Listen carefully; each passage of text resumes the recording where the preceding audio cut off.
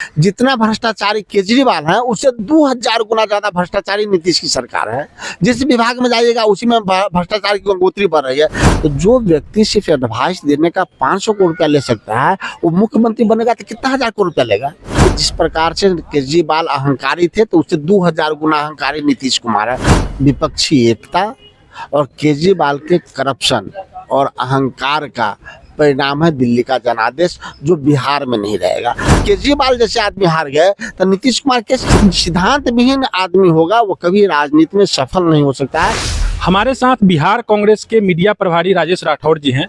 आज उन्होंने इस बजट को लेकर सरकार पर, नरेंद्र मोदी सरकार पर, नीतीश कुमार पर भी तीखे आरोप लगाए। सर, ये अचानक बजट के इतने दिन बाद ये आरोप लगाने का क्या मतलब था? बजट तो बीत गया, चुनाव भी हो गए, उसका प्रभाव भी आ गया दिल्ली चुनाव में। घास का पटेरा बगल में ढिढोरा चल रहा था। एक सप्ताह से हम सुन रहे थे बिहार को बजट में ये मिला, बिहार को बजट में वो मिला, बिहार को बजट में वो मिला। अखबारों की सुर्खियों से लेकर मीडिया की सुर्खियों तक बना रहा।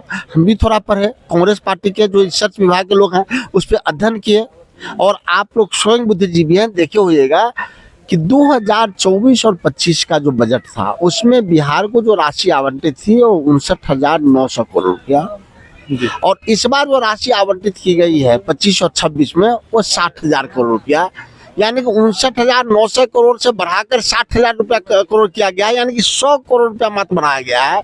100 करोड़ के तो कई उद्योगपतियों के एक एक घर है, और 100 करोड़ रुपया मात्र बिहार में बढ़ाकर और बिहार की वाहवाही प्रधानमंत्री जी लेना चाहते हैं। उसी प्रकार से जिस प्रकार से गुजरात के 2018 के चुनाव में सी प्लेन से उड़ के दिखाए थे लोग को, आज तक सी प्लेन किसी ने देखा नहीं देखा। और तब जबकि उस 100 करोड़ में वो रेल बजट को भी उसी में डाल दिए हैं। रेल बजट में 1100 करोड़ रुपया उसमें अलग से डाल दिया है, इसी पैसे को उसमें, तो बिहार का बजट तो घट गया।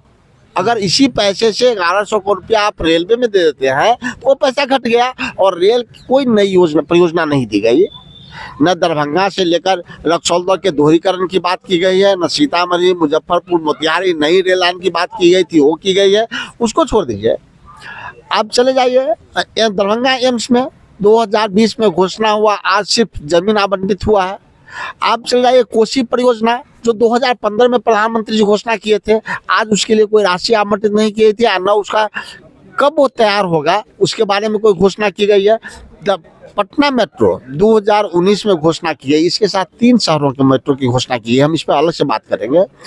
और बाकी जगह के मेट्रो दौड़ रहा है पटरी पे, बिहार में रेंगता भी नहीं है। अब किसान पे हम जाते हैं तो अब गुजरात में जाइएगा तो किसानों का अनाज रखने के लिए, सामान रखने के लिए, फल फूल रखने के लिए कोल्ड स्टोरेज है। गुजरात में 1000 है, उत्तर प्रदेश में 2500 है, यहाँ 313 है। वो भी 313 कब का है? जब हमारी सरकार थी तब का बना हुआ है, नीतीश के शासनकाल में नहीं है। किसानों के खेत तक पानी पहुंचे इसके लिए सरकारी क्या योजना है?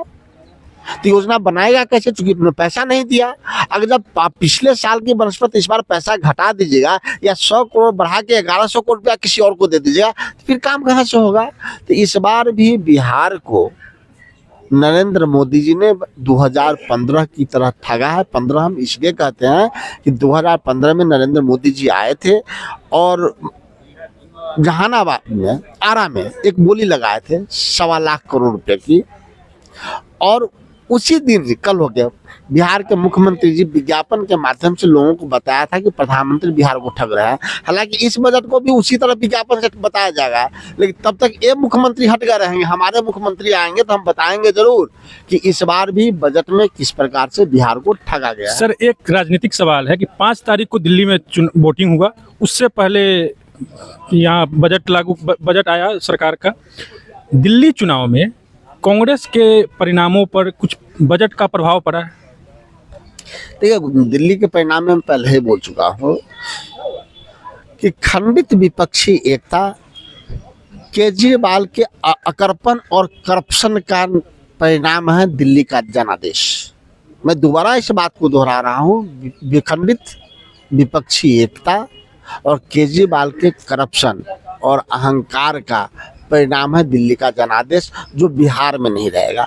अगर वह करप्ट नहीं होते, उनका अहंकार नहीं होता, तो दिल्ली का परिणाम कुछ और होता।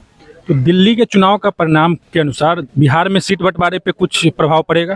नहीं, सीट बंटवारे में बड़े नेताओं को करना है, हमारे सीट इशू नहीं रहता है किसी चुनाव में। लक्ष्य होता है कि आपको हराना है या जिताना है।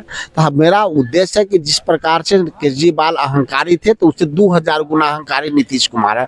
नीतीश कुमार के अहंकार को हराना है। जितना भ्रष्टाचारी केजरीवाल है, उससे 2000 गुना ज़्यादा भ्रष्टाचारी नीतीश की सरकार है। जिस विभाग में जाइएगा उसी में भ्रष्टाचार की गंगोत्री बढ़ रही है। तो जब केजरीवाल जैसे आदमी हार गए तो नीतीश कुमार किस क्षेत्र की मूल्य है? तो मेरा उद्देश्य है समन्वय के साथ सीटों का बंटवारा कर नीतीश जैसे करप्ट और अहंकारी मुख्यमंत्री को हटाना। सर, एक अंतिम सवाल कि बिहार में एक मुद्दा और चल रहा है, जो जनसुराज है, उस पे जदयू आरोप लगा रही है कि उस पे अलग तरह से गलत तरीके से फंडिंग हो रही है, जॉय ऑफ गिविंग की तरफ फंडिंग हो रही है। कांग्रेस का इस पे क्या टेक? देखिए, एक आश्चर्य है कि आज के इतने पैसे प्रशांत किशोर जी कहाँ से खर्च करते हैं, इसका लेखा जोखा देने ने अभी टेंट सिटी लगा हुआ है, तो कोई कहीं तो पैसा देते होंगे, तो कहाँ से दे रहे हैं? एक और मुझे लगता है कि जेडीयू का इशारा भाजपा की ओर है, क्योंकि भाजपा इस बार चाहती है कि जो काम पिछले बार चिराग पासवान किए थे उनके लिए, वही काम इस बार प्रशांत किशोर करें। क्योंकि प्रशांत किशोर का कोई सिद्धांत नहीं, उन्होंने अपने माइक पर और मंच पे बोला कि भाई मैं एडवाइस देने का मैं 500 करोड़ रुपया लेता हूँ। तो जो व्यक्ति सिर्फ एडवाइस देने का 500 करोड़ रुपया ले सकता है, वो मुख्यमंत्री बनेगा तो कितना 1000 करोड़ रुपया लेगा? टिकट देगा तो कितना रुपया लेगा? टिकट बांटेगा तो कितना रुपया लेगा? जिस व्यक्ति का उद्देश्य सिर्फ और सिर्फ एडवाइस पैसा है। राजनीति एक संघर्ष है, राजनीति एक विचारधारा है, राजनीति पैसा नहीं है। और जो एडवाइस देने वाले थे, एडवाइस देने का जो 500 करोड़ रुपया लेते हैं, तो काम करने का कितना पैसा लेंगे? और पैसे से अगर मुख्यमंत्री बन जाना है, राजनीति सुस्ता आनी है, तो हम लोग तो कई उद्योगपति लेंगे। 2 उद्योगपति को तो वैसे ही बोलते हैं, अडानी अंबानी, तो दोनों प्रधानमंत्री बन जाते हैं। इसलिए पैसा नहीं, विचार की जरूरत राजनीति में होती है। पैसा नहीं, सूचना की जरूरत राजनीति होती है। पैसा नहीं, सिद्धांत की जरूरत होती है। और उसे सिद्धांत, प्रशांत की जरूरत क्या सिद्धांत है? पैसा देंगे तो मेरे लिए काम करेंगे, पैसा देंगे तो आपके लिए काम करेंगे, पैसा दिए तो ममता दीदी के लिए काम की, पैसा दिए तो लालू जी के लिए काम किए, पैसा दिए तो भाजपा के लिए काम। वो काम तो अब छोड़ चुके हैं। कहाँ छोड़ चुके हैं? दुकान तो उनका चल ही रहा है, कहा मैं नहीं कर रहा, मेरा कंपनी कर रहा है। वो छोड़ कहाँ चुके हैं? तो जो सिद्धांत विहीन आदमी होगा वो कभी राजनीति में सफल नहीं हो सकता है, वो दुष्प्रचार में सफल हो सकता है। वो चुनाव लड़ने के लिए फॉर्म भरवा रहे हैं, 12,000 रुपया दाम है फॉर्म का, 12,000 लोगों से भरवा चुके हैं। अब अभी ये बात कर 21,000 रुपये दाम है। किसी 21,000 रुपये भरवा रहा है। आज जिस वर्कर, कोई वर्कर अच्छा हो, जिसको 21,000 रुपया नहीं हो, तो फॉर्म कैसे भरेगा? मैंने कहा ना, उनका उद्देश्य अंतिम पैसा है। उनका लक्ष्य नौजवान, उनका लक्ष्य किसान, उनका लक्ष्य बेरोजगारी खत्म करना, उनका लक्ष्य बिहार नहीं है। उनका लक्ष्य सिर्फ और सिर्फ पैसा है। क्योंकि जिस दिन से वो पैदा होकर बाहर गए हैं, वो पैसा कमाते रहे, तो हर चीज में पैसा चाहते हैं। हम लोग कहाँ फरमाने का पैसा लेते हैं? कांग्रेस इतनी पुरानी पार्टी है, मैं भाजपा को ही मानता हूँ, भाजपा फरमाने का पैसा नहीं लेती है। जेडीयू आरजेडी तो लेता नहीं है पैसा फरमाने का। प्रशांत किशोर क्यों? क्योंकि उनको उस माध्यम से भी अच्छी फंडिंग हो जाए, इसलिए। क्योंकि उनका अंतिम लक्ष्य सिर्फ पैसा है। बहुत धन्यवाद सर। हमारे साथ बिहार कांग्रेस के मीडिया प्रभारी राजेश सर जी थे। उन्होंने बिहार सरकार पे, भारत सरकार पे बजट को लेकर, प्रशांत किशोर को लेकर, बिहार में जो सरकार पे उन्होंने आरोप लगाया कि भ्रष्ट सरकार है, नीतीश कुमार को लेकर, नरेंद्र मोदी को लेकर। आप जनता बोध देख रहे हैं। मेरा नाम निखिल है। आप इस मुद्दों पर क्या सोचते हैं, हमें कमेंट करके बताएं। हमारे कमेंट बॉक्स ओपन है। धन्यवाद।